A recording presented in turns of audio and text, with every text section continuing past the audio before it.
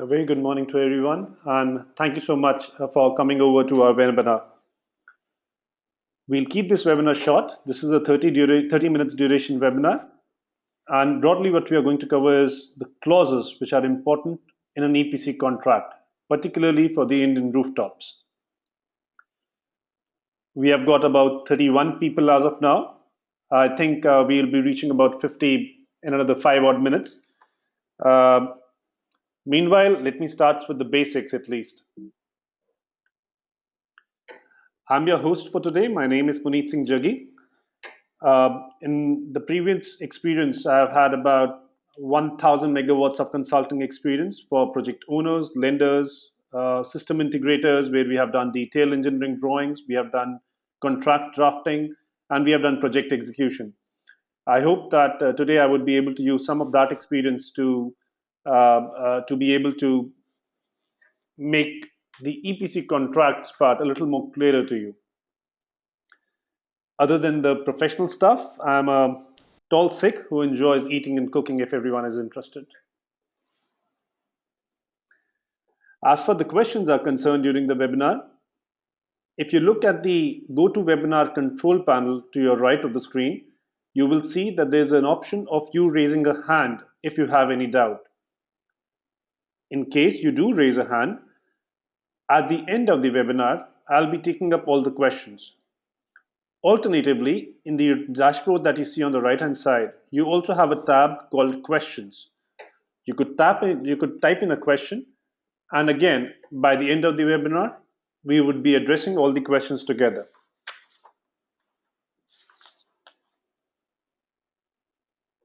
Moving on, let me just first give you a broad overview of the Indian solar market.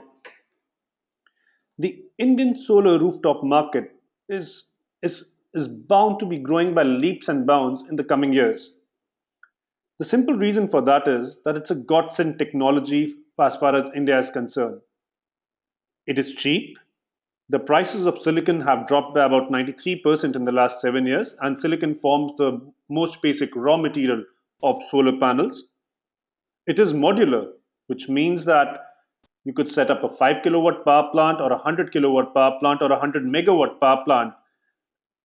All that you need to do is just keep on increasing the number of panels, and you can adjust the size of the power plant according to your space requirements. It generates at the point of consumption, which is a big plus when it comes to Indian infrastructure. You know that a coal-fired power plant, from the point of view of generation to consumption, loses about 30% of its electricity. In a solar power plant, which is resting on the roof of your building, you lose 0% electricity. So generation at the point of consumption is a fantastic boon for Indian infrastructure. It is free, except for the initial installation cost and almost negligible O&M cost. There is no raw material cost, unlike coal, natural gas, and many other technologies. And finally, it is also certain. What that means is you could be pretty much sure that since the sun has been shining for the last millions of years, it will be shining for the coming millions of years as well. So during our lifetimes and our kids' lifetimes and in many more lifetimes after that, the solar power plant as a technology is still going to be viable because the sun is still going to be shining.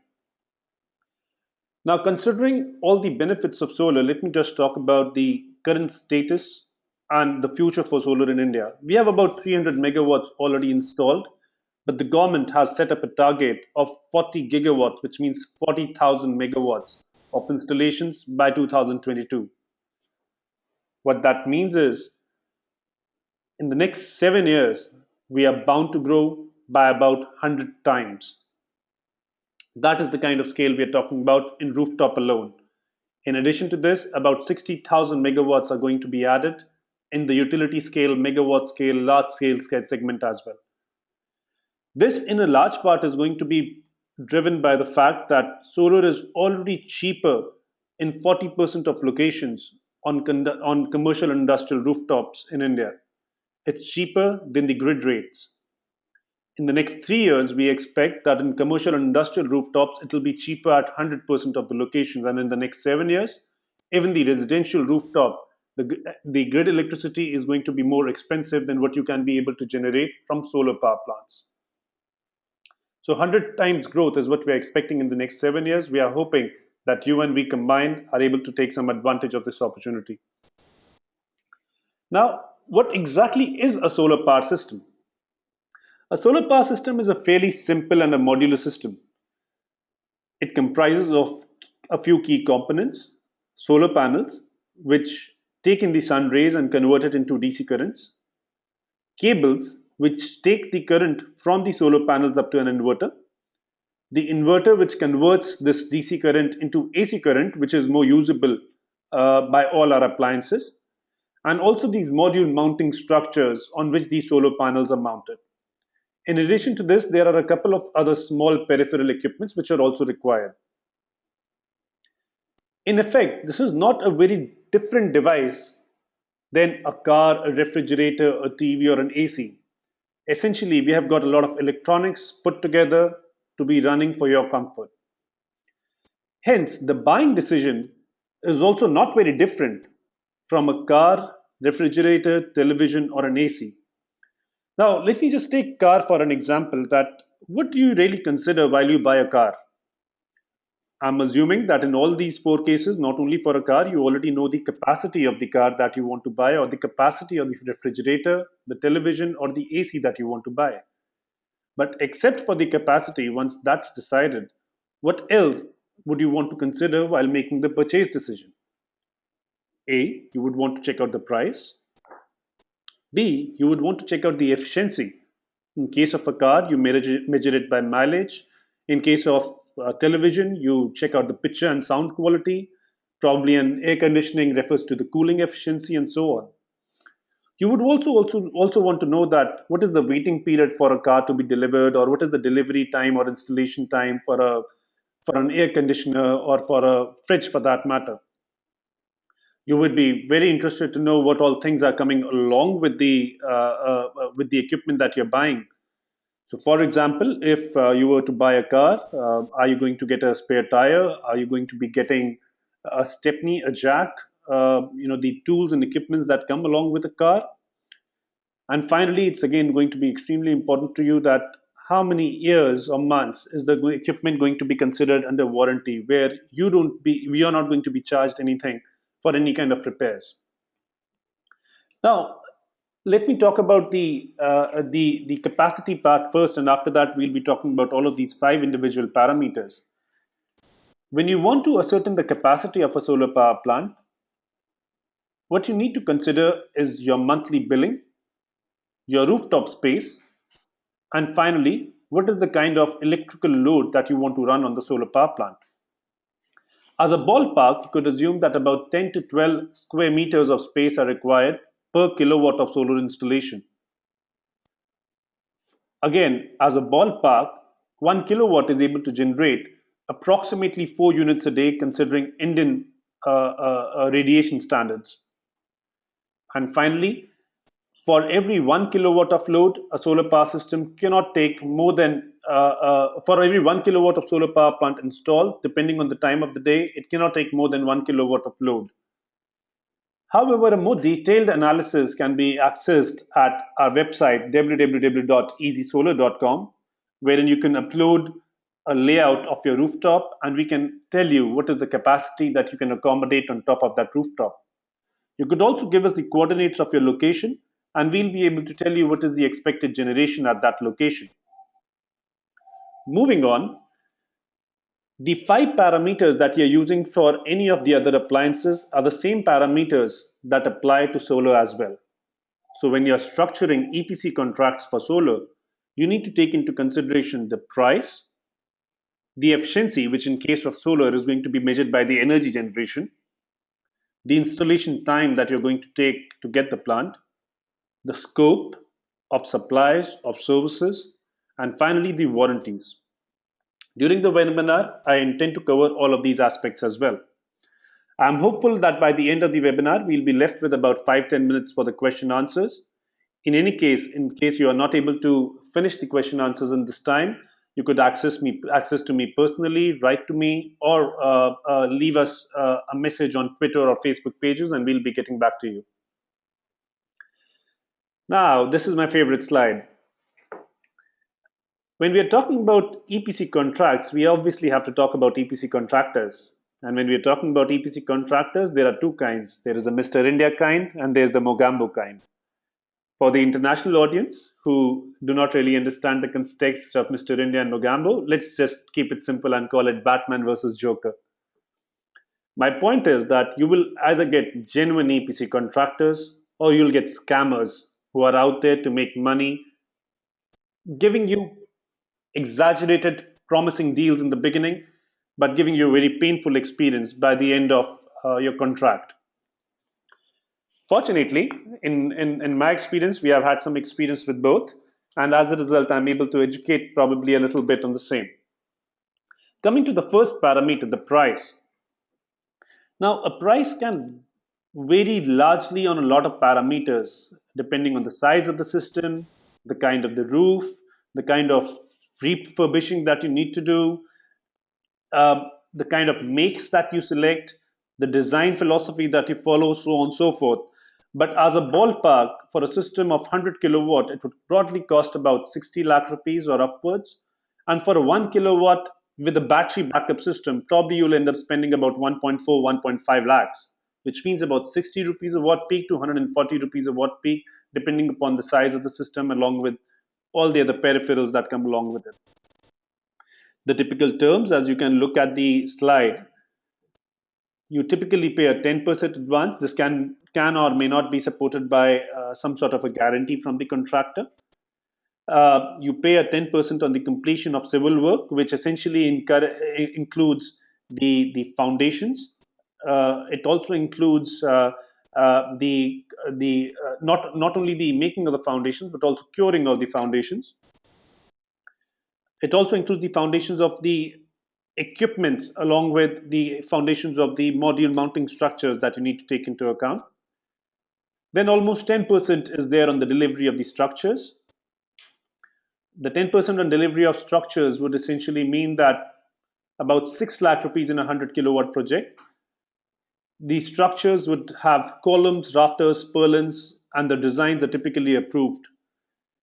Moving on, there's almost a 30% payment on the dispatch of modules, which are the solar panels. Some contractors insist that this payment needs to be made all in advance before dispatch. Some contractors insist that the payment is to be made as soon as you get the proof of dispatch of these equipments. And some contractors would be willing to take it on the delivery of equipments as well. It depends upon negotiations. Finally, 20% more on the dispatch of the inverters and 10% on the commissioning of the system. A very important point over here is that the terms or the price needs to be exhaustive. That means it needs to take care of taxation, it needs to take care of statutory clearances, documentation, the unloading of equipment, everything else that you can think of. Either you need to have it upfront written in the contract, or the price of the same needs to be separately quoted. The moment you leave out any of the three or any of these various components, you expose yourself to certain non-obvious costs which can be used later on to extend the timeline or to increase the cost of the plant. Moving on, the next part is energy generation guarantee. Now, as far as the energy generation guarantee is concerned, our rule is pretty simple. If it's not in the contract, it's not a part of the deal. That means you could be rest assured that in case a contractor doesn't want to guarantee you generation, it would most definitely lead to a low generation. And the reason for that is pretty straightforward as well. In the various equipments that you would want to install in a solar power plant, the modules, inverters, junction boxes, cables, everything else, there's a wide variety of quality and a wide variety of makes which are available. Just as an example, I could use a 4 square mm cable in a solar power plant, and this cable can either have protection from ultraviolet rays or may not have it. The cost difference can be upwards of 20% between the two prices. And in case you are not careful, you won't get the required quality. In case you do not insist on the required quality, your generation will suffer. My point is that you need to get a generation guarantee. But there are various kinds of generation guarantees which are available. There is an absolute generation guarantee, which is basically guaranteeing the sun. So, what you tell to the EPC contractor is that we do not care whether the sun shines or does not shine tomorrow, but what we are bothered about is what is the generation that we are going to get from the plant. Typically, the tier 1 EPC contractors do not guarantee the sun. That is something similar to asking a car supplier to tell that I want you to guarantee the mileage of the car irrespective of what kind of roads I drive on. But the EPC contractors do give a performance ratio guarantee, which is similar to a car supplier telling you that I'll be able to guarantee a 15 kilometers per liter mileage on city roads and probably an 18 kilometers per liter on country roads, and so on and so forth, right? So this is something that most EPC contractors would be open to. In case somebody gives you a very low number, you could always again check it by having an independent analysis done on ezysolare.com. The EPC contractors obviously use a lot of exaggerated numbers a lot of times to close a deal with you. You would be able to keep a check on those exaggerated numbers the moment those numbers need to be guaranteed in an EPC contract with you. Moving on, installation time.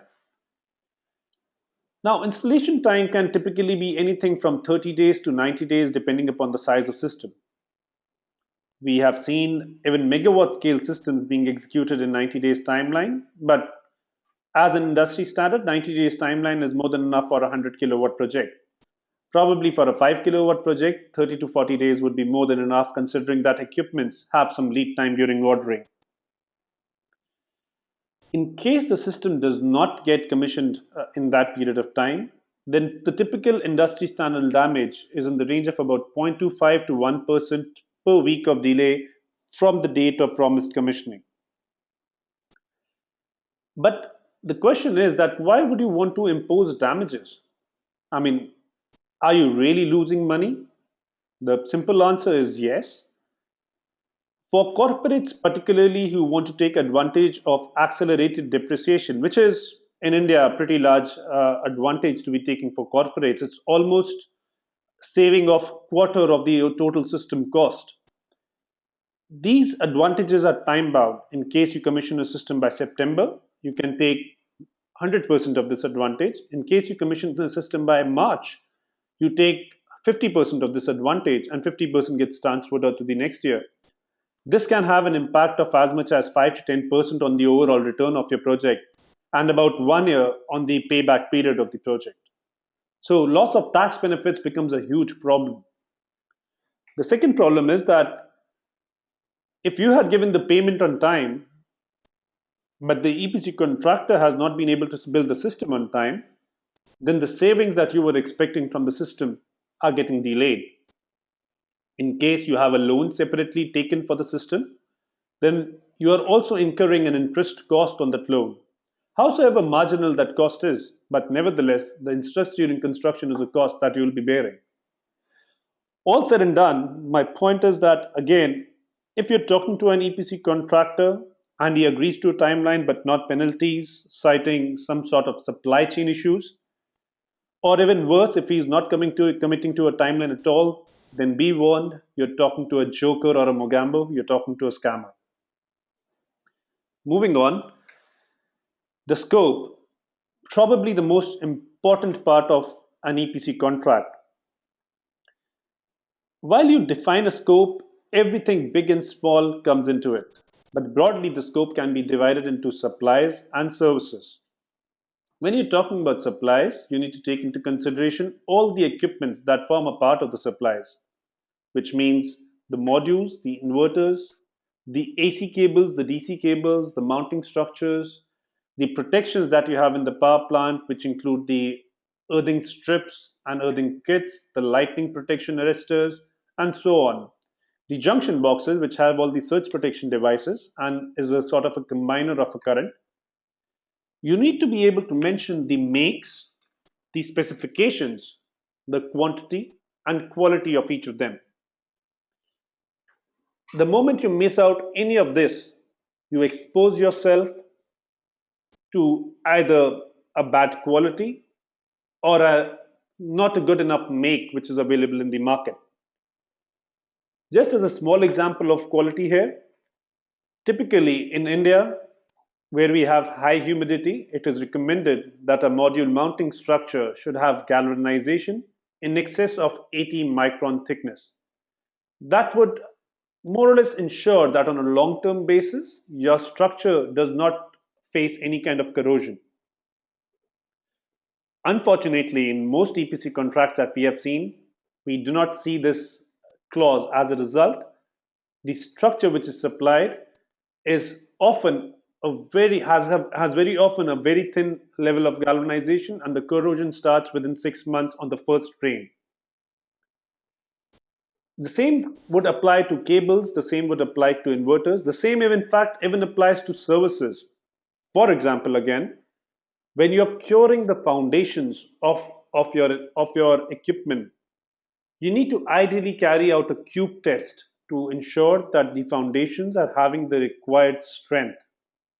And in case they are not, then rest assured they won't be able to last the timeline that the contractor has promised you or the timeline that you expect it to. You need to understand that this is a 25-year asset that you are acquiring. And in order to make the system work for 25 years, even if you have to invest 2% or 5% more, it is a worthwhile investment. Else, the rest 95% or 100% that you have invested would stop working or would start giving up in the next 3, 4, 5, 7 years. While you are also defining the scope, you also need to take into consideration the scope of the owner. What that means is that you need to tell them that you're going to give them the rooftop, the space for storage, you're going to give them access to the rooftop, and in case there are any timings, which are the case with, say, some schools or universities, which is also the case with some office complexes, in that case, you need to specify those timings in the contract itself. Finally, you need to be clear whether you're going to be providing the construction electricity and water or not. There should be essentially no surprises once the construction starts. In case you are able to specifically mention all of these parameters in the contract, you would be having a much more peaceful time during execution. And believe me, so would the EPC contractor, because all the good EPC contractors want to be aware what they are signing up to. Moving on, the warranties. Now, the warranties are of two types. One is on the overall project, that anything and everything that can go wrong in the project is guaranteed by the EPC contractor. And second is the individual equipment warranties. We face both of these warranties. We need to get both of these warranties as a part of our EPC contract. The overall project warranty, which is also called a defect liability period, is typically 12 months after commissioning. Some contractors can even extend it from 18 to 24 months after commissioning. The individual equipment warranties are separate from vary from equipment to equipment, but broadly speaking, for a module, it's 25 years for the power, which means that a 100-watt module would at worst be at 80 watts even at the end of 25 years. The inverters, you get about 5 years of standard warranty, which in some cases is extendable. The structures, in case some suppliers in India are able to give you a 5-year warranty, but most suppliers avoid giving any kind of warranty. And the junction boxes typically come at a 12-month warranty. Now, in addition to this, you also need to be very clear about all the other risks that you end up taking while you sign up with an EPC contract. Now, some of the people in the EPC contract might want to sniggle or wiggle their way out of overall project liability clause. They might say that, I can confirm it to you that nothing is going to happen to the system in the first 5 years at least, and even after that, we are standing there. But not give it to you in writing. A very often heard marketing words in this industry is that, do not worry, sir, we believe, our company believes in under promising and over delivering. That's why we are not putting it on paper, but when we say we'll do it, personally.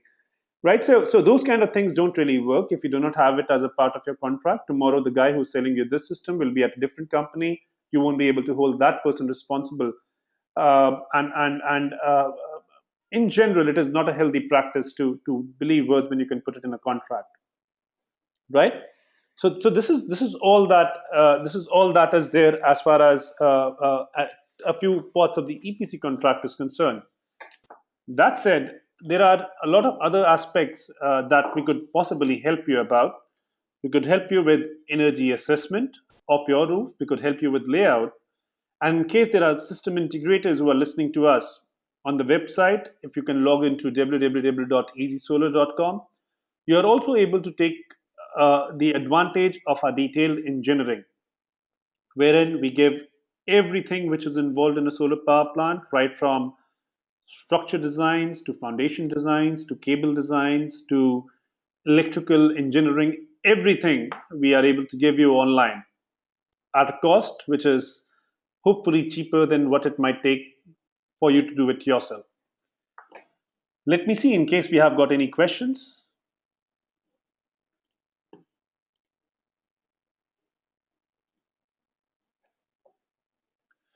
We have got a question from Mr. Sudeep Joshi asking that if there are any subsidies available in terms of capital subsidies or soft loans for solar rooftop installation.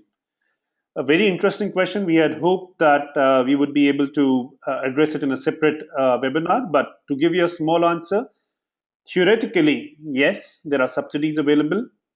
Practically, it's extremely difficult to claim these subsidies considering that the applications are accepted only once in a quarter. It needs to pass through a project approval committee of the ministry because a project they need to be assured is going to be viable. And finally, if all of this is still good, we are still going to have some time between when the ministry is able to process everything after the commissioning of your system to be able to release the subsidy to you. In our experience, it can take up to 12 months after the commissioning of your system to get the subsidy, even if you are lucky enough to avail it in the first place. As it is nowadays, what we see, the general trend is that people are able to set up systems without subsidies because the payback period without subsidies itself is coming to 2-3 years, particularly with benefits of accelerated depreciation and net metering coming in. It can come in even far sooner. One thing that I'd forgotten to mention during my discussion is that there is a sample EPC contract copy that we have uploaded on a blog, which covers all of these points that we have made in the presentation as well. You could take a copy of the contract from the website. Otherwise, also we would be giving the link of the blog entry in the mail that has the recordings of the webinar as well as the presentation of the webinar. So you could download it again from there. Another question from Mr. Kamlesh Sarashwat is that, is the viability of solar trackers in India? As far as solar trackers is concerned, for the benefit of the audience, basically a solar tracker is a module mounting structure which rotates its direction during the time of the day. For example, the sun rises in the east, it sets in the west. So in the morning, the panels face the east direction, in the evening, the panels face the west direction. Typically, the cost increase because of tracker is almost 10% of your system cost, but the generation increase is about 15 to 17%. So a short answer is yes, the trackers are viable in India. However, you need to understand that probably out of the entire 4,000 to 5,000 megawatts executed in the country, less than 100 megawatts are on trackers. So you need to be assured of the quality of the supplier, the technology of the supplier, and the longevity of the supplier so that tomorrow you have a problem, you are able to resolve it. What percentage, the next question is that what percentage of grid failure should be considered in PV syst? You need to consider the grid failure according to that particular location. In Gujarat, we have grid failure less than 0.5%. In Uttar Pradesh, at 11 kV, at some locations, we have got grid failures in excess of 20%. So we need to take that in accordance with the site that we are doing. These are more towards the megawatt scale queries. There are other megawatt scale queries also, but considering that we are sticking with the rooftop systems for this particular call, for this particular webinar, we would skip them for the time being. However, I would get back to them personally over an email. Another question by Digendra Rathore, a friend of mine. He says that when we say warranties, what is typically involved in different equipment warranties? A very interesting question. So when you're talking about module warranties, there are two kinds of warranties that you get. One is on the product workmanship, which will be typically from 5 years to 10 years. And the second is going to be upon power. When I say that power is there, that means that under standard conditions, when the module was tested, before it was shipped to you, say if it was a 100 watt peak module, at the end of 25 years or any time in between, the power curve gets guaranteed, which means that, say, at the end of 25 years, they say that 80%, the degradation won't be more than 20%, or you'll still get an 80% power output, which means that the module will still be working at 80 watt power output under standard conditions. That is as far as modules are concerned. As far as structures are concerned, the warranties is essentially on galvanization because the design is typically given by the system integrator. So the design is not guaranteed in case the module mounting structure starts bending. It's a design deficiency and not a supplier deficiency. So when you're talking about supplies, essentially it's the corrosion or the galvanization which is warranted. In case of an inverter, almost everything is warranted unless you have done anything in the operation and maintenance of the power plant, or during the installation of the power plant which violates that condition. What I mean to say is that the display is not working, it's covered under warranty. The IGBT, which is a component in the inverter, is not working, it is covered under warranty. Everything in inverter is covered under warranty as long as you are able to follow the installation manual and operation manual. Oh, we have got a lot more questions. I did not know that these many questions are there. Moving on, I see that the number of people have dropped down to 39, so not everybody is enjoying the questions. I've got a small goodie at the end of all these questions, so probably you could stick until then. I think I'll take another 3 more questions before we wrap it up, as it has exceeded my timeline. Any finance facility available from bank? For rooftop power projects, the government has very recently included the lending as a part of the priority sector lending.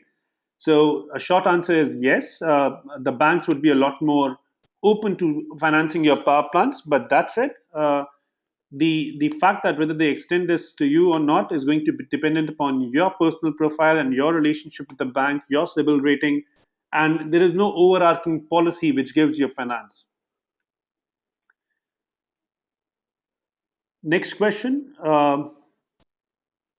Would the EPC contractor replace or repair the equipment? Would he charge for the site visit under the warranty period? Again, a very important question and a pretty good one. Typically, if it's an equipment warranty, even though the replacement gets covered under the cost, some suppliers charge an extra mandate charge on the repair of the equipment. And some suppliers are able to support telephonically, and your technician can do it on site. As far as the EPC contractor is concerned, if the equipment is covered under defect liability period, typically there are no visiting charges that they do impose. There's a question from Mr. Rustam. Hi Puneet, thanks a lot for the excellent presentation. Thank you. Have you come across cases where contractor or implementation agency asks for legal rights to access the rooftop?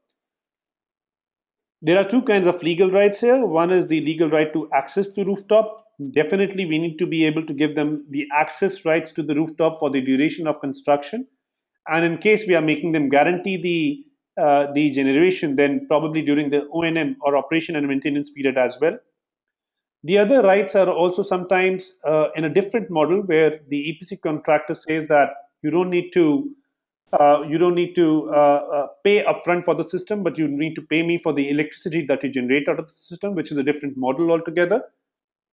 Sometimes they ask for the roof lease rights as well.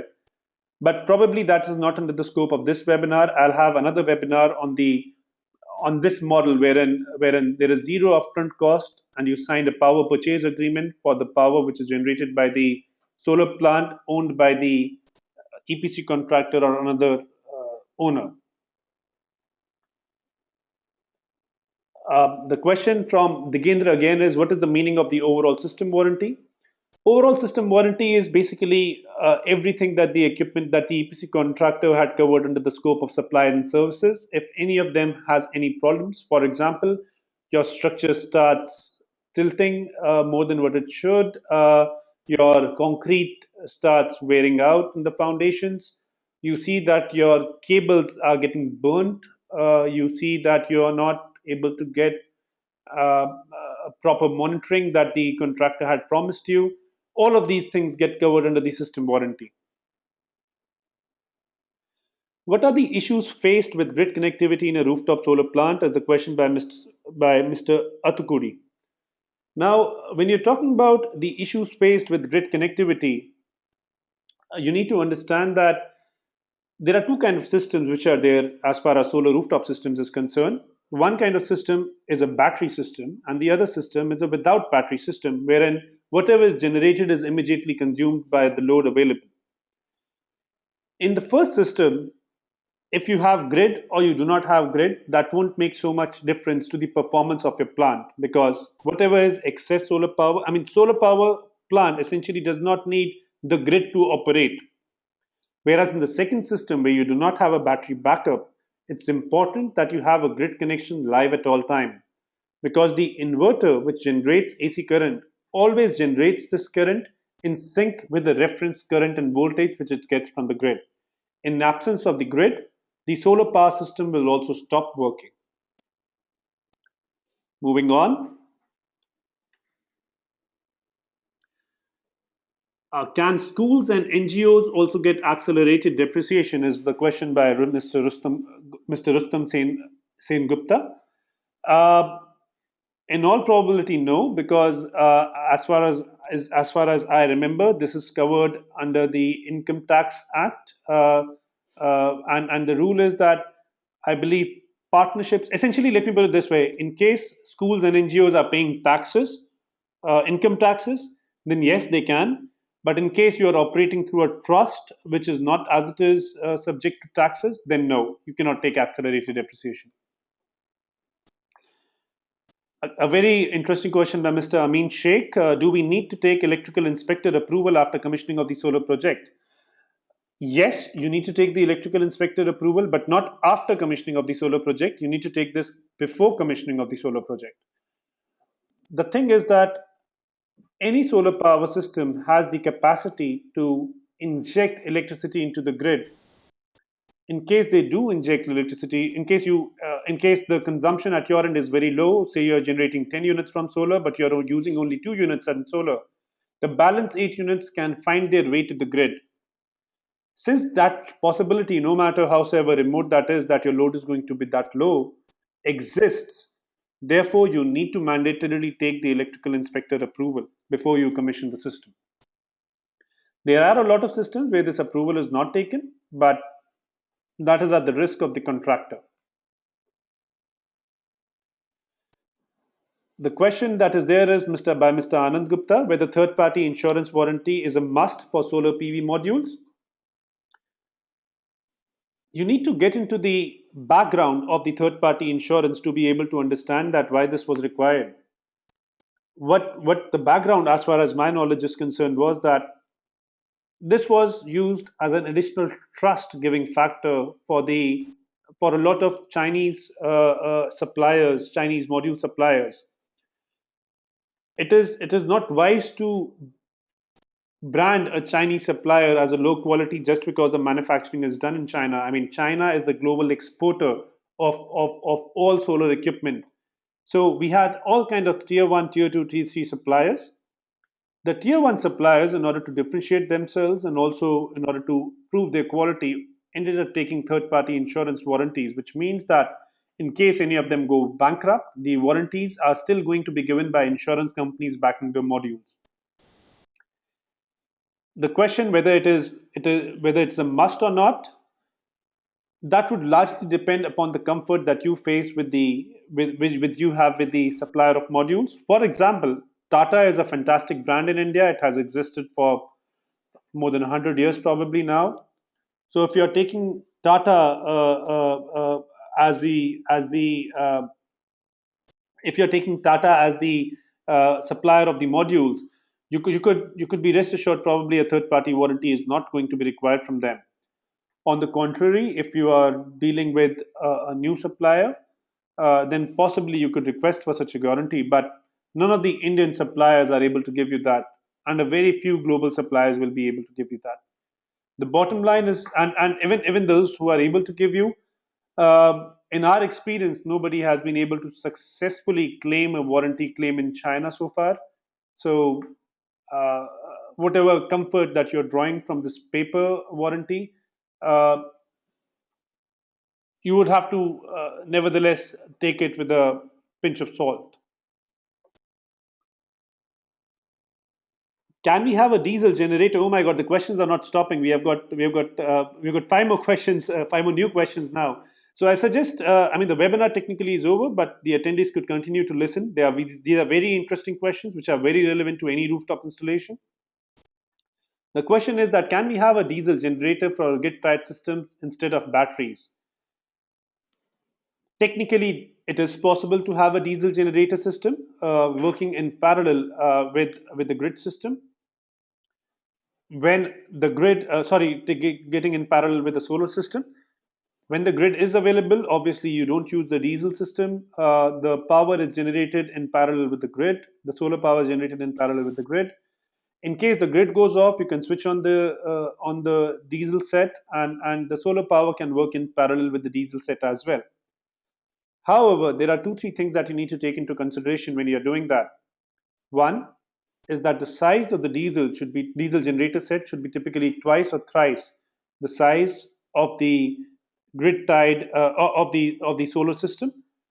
The reason for that is that in case at some point of time the load that you're generating goes that the load that is there at your end, which is consumption load, is extremely low, then there'll be some certain excess solar power which is going to be generated. Since the grid is not available, the excess solar power will find its way to the DG set. And in that case, the DG set should be large enough to be able to absorb and not get damaged, that extra power. Or it should have the safety systems in place to be able to do that. As long as you are able to do that, this is possible. Another reason why the system needs to be large enough is because solar power is subject to solar radiation, and in case there's a cloud that comes in front of the sun, you'll see that your generation goes down in milliseconds, whereas the diesel generator set is not able to come up in its generation in milliseconds. So a small system, which is less than two times, say, that of a solar plant, won't be able to manage these spikes in consumption from the load in case of absence of solar power temporarily. Similarly, when the clouds goes back again, the solar power will immediately ramp up, whereas the DG power won't be immediately able to ramp down, which might lead to a damage to your loads. So technically it is possible, but you need to be able to design the system well before that. Moving on, I'll just take one last question before we can end this. Possibly you could mail the rest of the questions to my personal email ID. You can also get in touch with me over my personal number, or you can also get in touch with Mohit on his personal number. We have got, how do we check that the module is performing as per the warranties in a small 3 kilowatt plant? Uh, a very valid question. Probably a lot of rooftop plants, and it's not only about a 3 kilowatt plant, it's even about a 100 kilowatt or a 500 kilowatt plant. The procedure of testing of a module is extremely expensive, so it's rather difficult. What you can do, however, is that you would have certain independent estimates, say the one that you probably could order on the website as well. You have some independent estimates of the generation that you were to get. You can also take into consideration what is the degradation that you are going to have over the 20 years, assuming it's a linear degradation which is offered by the supplier. So a 20% degradation, which is typically warranted, would broadly mean 1% or less than 1% degradation per year. So if you have a 100-watt module, it'll perform so at 99 watts at the end of 1 year, at 98 watts at the end of second year, and so on. If you're seeing that the generation that you're getting on a yearly basis or even on a monthly basis or a daily basis is reducing far quickly than what you're seeing over here, and then what you are able to calculate theoretically, that might warrant for a claim. Another thing that you could possibly do is that you can also check out the monthly generation that you can expect, because it will be difficult for you to monitor on a yearly basis. But the reports that for example, Easy Solar makes as a part of its solar energy assessment report also carries a monthly graph of generation. So you can check what in that particular month should have been the generation and what you're getting in order to get an estimate. Lastly, if you are able to get in touch with a professional agency, then they would be able to. The last thing that you could do on site is that there is a specific equipment called an IV curve tester, in which you can you could it's a portable equipment. You can get it to the site. You can connect it to your module, and you can see that what is the updated wattage of that module versus what has been guaranteed. So you should be able to check it out whether the module is ripe for a claim or not. In case the module was guaranteed at 100 but is giving 80 in the first year itself, that's a clear-cut case of a claim. Over here also, it's extremely important that you try to deal with tier 1 EPC contractors, because claims are as much about contract that you enter as they are about the reputation of the contractor or the reputation of the supplier. The tier 1 suppliers of equipments would always want that the customers are happy, and they don't have bad references, as they have got a much larger image to lose. Whereas a tier 3 contractor would probably not pick up a phone, or tier 3 contractor might the supplier might probably not be so supportive of your warranty claims. So that's that. Thanks a lot, everybody, for your presence. It was a pleasure interacting with you. Thank you again for attending the webinar. Stay tuned. There'll be a lot more webinars, almost on an alternate week basis, that we'll be having. Um, any questions that you are having, you could probably just write to us. If there are suggestions that you have on webinars that you would want us to conduct, again, you could let us know, and we would happy to do that. If there's any particular service that you would want to utilize, which is not probably, for example, if you would want to get a detailed financial analysis done, or if you would want to get somebody from our side to visit your plant, these are the additional services that we would be adding as a part of our bouquet of services. You could order that. Also, on a side note, very soon you will be able to order modules, inverters, structures, everything that goes into a solar power plant on our website www.ezysolare.com as a part of a new service called Solar Cart. In case you would want to get early access to this service, you can go to our website under upcoming features. You can click on Solar Cart and submit your email ID along with any requirements that you might have immediately or in future, to be able to take care, to be able for us to satisfy these requirements. Thank you once again. You've been a lovely audience. Thank you.